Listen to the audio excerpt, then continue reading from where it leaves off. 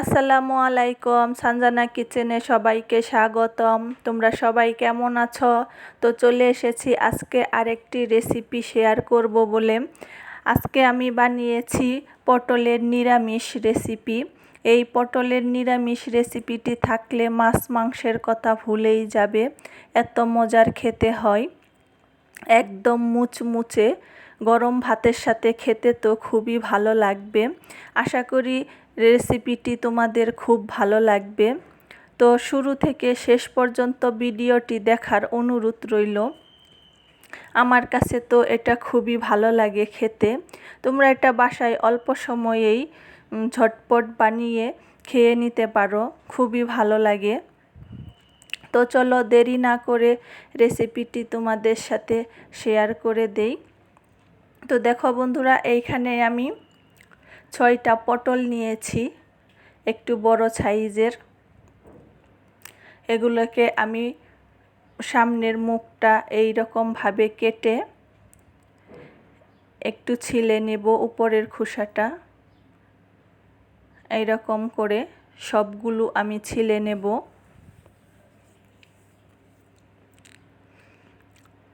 তো বন্ধুরা, আমি এই রকম করে সবগুলো ছিলে নিচ্ছি, একটা তোমাদের দেখিয়ে দিচ্ছি।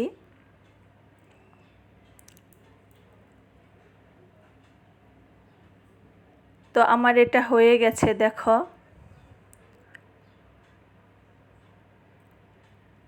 এই রকম করে সবগুলো আমি ছিলে নেব।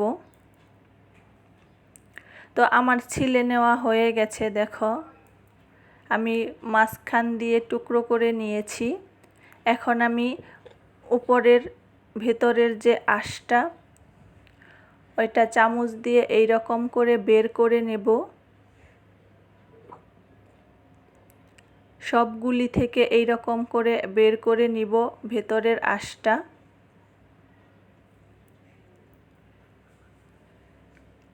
তো আমি সবগুলো এই রকম করে বের করে নিয়েছি, দেখো। এখন আমি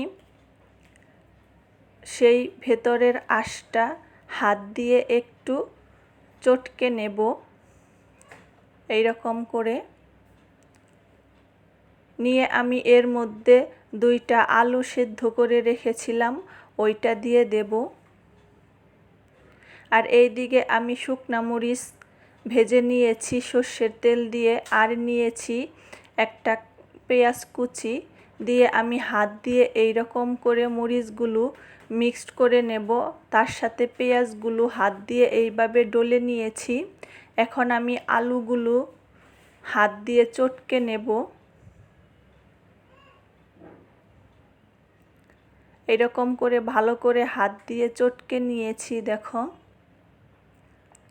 এখন আমি এর মধ্যে পেঁয়াজ আর শুকনা মরিচটা দিয়ে দিলাম। দিয়ে আমি হাত দিয়ে ভালো করে মিক্সড করে নিয়েছি। এখন আমি দিয়ে দেব পরিমাণ মতো লবণ, দিয়ে দেব হাফ চামচের মতো হলুদ গুঁড়ো, দিয়ে দেব হাফ চামচের মতো মরিচের গুঁড়া, আর হাফ চামচের মতো ধনের গুঁড়া দিয়ে আমি ভাজা জিরা উপর দিয়ে দিয়েছি। আর দিয়ে দিয়েছি বেসন। তোমরা চাইলে কর্নফ্লাওয়ারও দিতে পারো, আমার কাছে ছিল না তাই বেসনটা দিয়ে দিলাম 2 চামচের মতো। আর দিয়ে দিলাম অল্প একটু আদা রসুন বাটা, দিয়ে আমি হাত দিয়ে চটকে চটকে এই রকম করে ভালো করে মেখে নেব।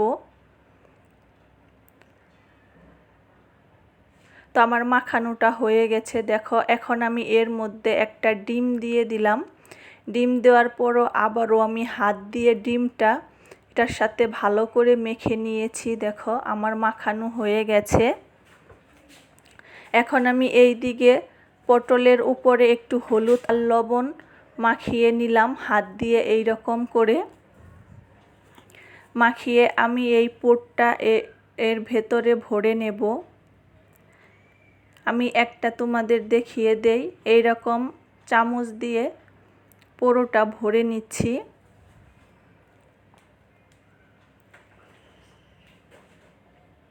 তো আমার এগুলো সবগুলো আমি এই রকম করে ভরে নেব, তোমাদের 2টা দেখিয়ে দিলাম। তো আমার ভরা হয়ে গেছে, দেখো। এখন আমি এই দিকে একটা কড়াইতে তেল দিয়ে দিয়েছি, সাদা তেল। তেলটা আমার গরম হলেই এইগুলো আমি ভেজে নেব। তো আমার ভিডিওটি যদি তোমাদের ভালো লেগে থাকে লাইক কমেন্ট শেয়ার করে দিও। আর প্লিজ আমার চ্যানেলে যারা নতুন বন্ধু তারা আমার চ্যানেলটিকে সাবস্ক্রাইব করে দিও। তো আমি পটলগুলো এই রকম করে তেলের মধ্যে দিয়ে দিলাম। এখন এটা আমি ভেজে নেব। চুলাটা এই ক্ষেত্রে লো করে রাখবো যেন পটলটা আমার সেদ্ধ হয়, এর জন্য ঢাকা দিয়ে দিলাম।